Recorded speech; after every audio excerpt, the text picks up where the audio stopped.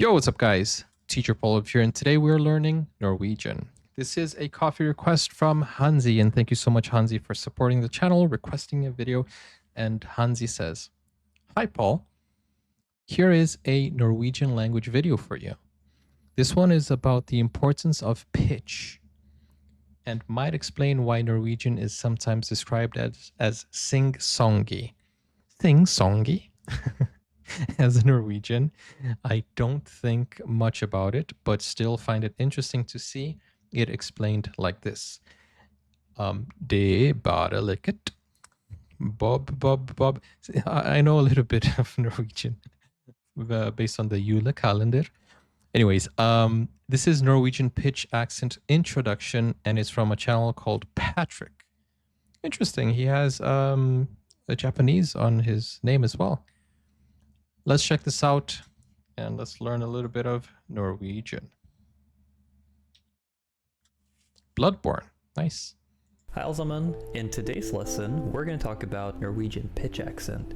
So if you're not really familiar with linguistics, or if you haven't really studied Japanese or anything, you might not know what pitch accent is. What pitch accent really is it's kind of similar to tones in Mandarin, where you have this like ma, ma, ma, ma. It's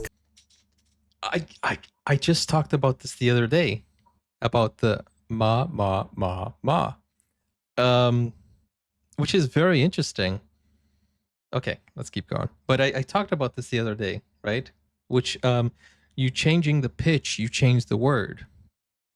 kind of similar to that, but it's not as advanced. At least in Norwegian, it's not. So how it works in Norwegian is every single word has its own accent pattern. There's two patterns, and where the stress in the word is, that's where the pitch accent will come in. I'll give you an example here. The most common example is, for example, the words beans and farmers. Bønner, bønner. For those that haven't really looked into pitch accent. Bønner. Like that. Bønner. Bønner. Like that. In Portuguese, we have something similar where we say we call the syllable. We're calling the syllable. In English, we call it a stress point, right? Or don't really have really sharp ears, they might not really notice the difference between bønner and bønner. Or for example, falle, falle, or hoppe. Falle, falle. Hoppe, because the Hoppe, hoppe. Am I saying that right now or no? Or for example, falle, falle, or hoppe, hoppe, because the difference is only in the intonation of the word. A lot of foreigners tend to say that Norwegian is very sing-songy. It goes up and down quite a lot. But that actually depends quite a lot on what part of Norway you're from. Because to summarize Norwegian dialects really quick, there's two huge dialect groups in Norway. There's the high-low dialect group and there's the low-high dialect group. So with the high-low, that means the pitch patterns go from high to low, and with the low high, that means the pitch patterns go from low to high. Interesting. And those two groups again are split in two. So in English, we also have that. If you study English linguistics, we have that when it's for questions. There are some questions that they fall, right? When you ask a question in English, you don't go up when you ask a question. For example, where are you from? You don't say, where are you from? And that's why Norwegian sounds sing-songy, because sometimes you end a question in a high note rather than a low note. Where are you from? From. Instead of where are you from? Where are you from? Which is a high pitch. So yeah, I understand this. So it's going to be easy to learn. So there's four of them, where the low-high are Eastern Norwegian and Trøndersk, and the high-low are Northern Norwegian and Western and South Norwegian. Western and South are kind of in their own category put together. So if you don't know, Eastern Norwegian is kind of like the de facto standard Norwegian. Of course, I'm a native speaker from Oslo, so I have no problem saying that my native accent is the standard pronunciation that you should have in Norwegian.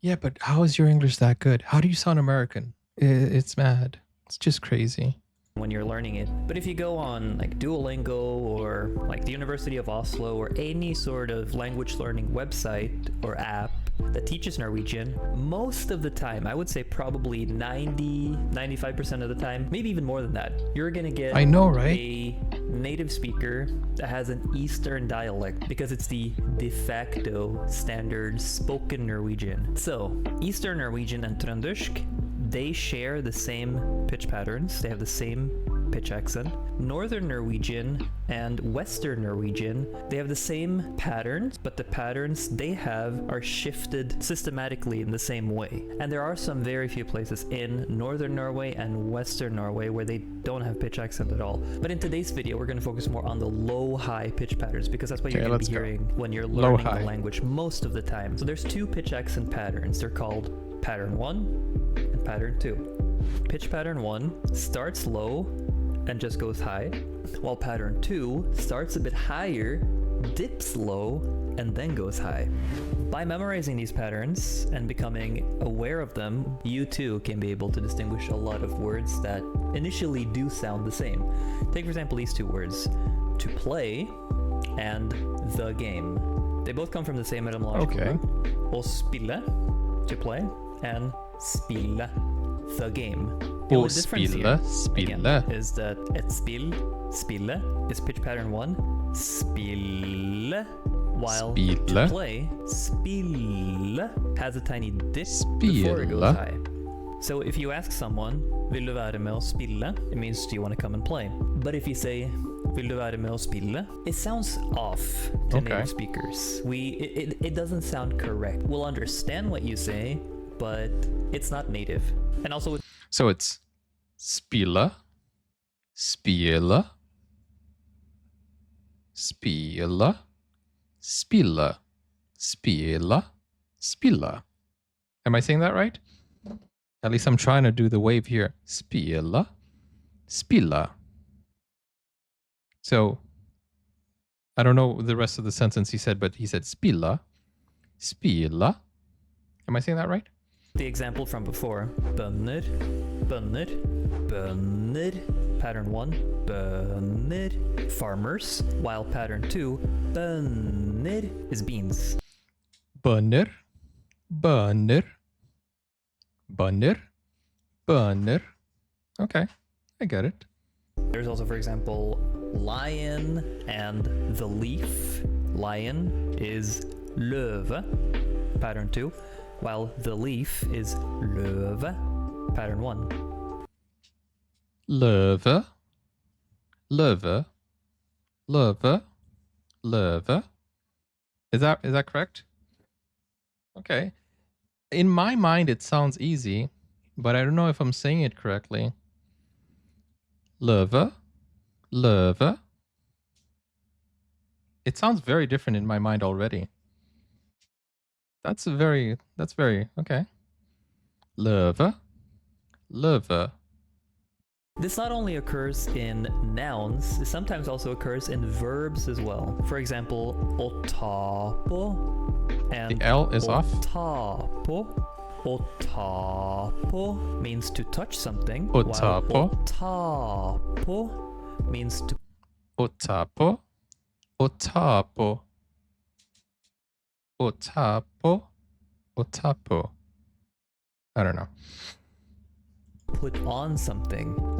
Now, how do you memorize all of this? A lot of this is conversational, and you just have to listen to it and become aware of it. But there are some things you can remember. A lot of verbs that end with e are pitch pattern 2. Spise, snakke, drikke. Spise, snakke, drikke, skrive. Skrive. And a lot of nouns in the definite form are pattern 1. Skrive. Skrive. Snakke. Snakke. Løpe. Løpe. Hoppe. Hoppe. When you become aware of this and pay attention to it in everyday speech, all the stuff you listen to in Norwegian on a day-to-day basis, I have no doubt that it will improve your listening skills so much and your understanding of Norwegian will... The L is different. So is the L like the L? L? Or is it L? L or L? Løve. Løve. Løve. Løve. Is it like that? I don't know. I understand the concept, but it takes practice. Deepen. If you have any questions around this, feel free to write a comment here. I also stream on Twitch, twitch.tv/PatrickAri. If you have any ideas for a new video, feel free to ask me. Very nice. And that's it for today's lesson. I'll see you in the next video. Tusen Nice. tack, Patrick. Thank you for that. That was a very clear... And obviously, I teach this already, so for me, it's easy to understand what he's talking about. You know, stress, pitch, syllables. Interesting. You could actually use the L, the English L in some dialects. And we have the English L in some other words. This is also something that is the tongue positioning. So L, L, L, L. So it depends on how you are positioning your tongue, and that will give you the right pronunciation. And that's where a lot of people get it wrong, because they don't know where the stress point is, or they don't know. Sometimes they know it's wrong and they don't know how to fix it. And you need to look closely in the tongue positioning, the pitch, the syllable, and everything like that. You use palatalization. Interesting. Okay. So that's pretty cool. Thank you for that lesson. I will try to remember it. So when it ends with the E, it is the pronunciation two, just straight up. But if it ends with a consonant after the E, then it is pattern number one. I'll keep that in mind. It reminds me a lot of the magic E in English, where the magic E changes the sound of the vowel as well. Pretty interesting. Thank you so much, Patrick. Guys, that was a good video. I hope I learned a little thing, something new, a little bit of something new here. But anyways, thank you so much to Hansi as well. We will see you on the next video, guys. If you want to help me learn Norwegian, you can also do like Hansi did, request a video. If you want to watch more movies, shows, series, and other exclusive videos, I have recorded more than 40 Nordic movies, which you can have fun right now and watch on on Patreon or on Buy Me a Coffee. And join us on Discord to continue the conversation and join our community. Click over here for more. I'll see you soon. Check the pinned comments. Take care. Bye-bye.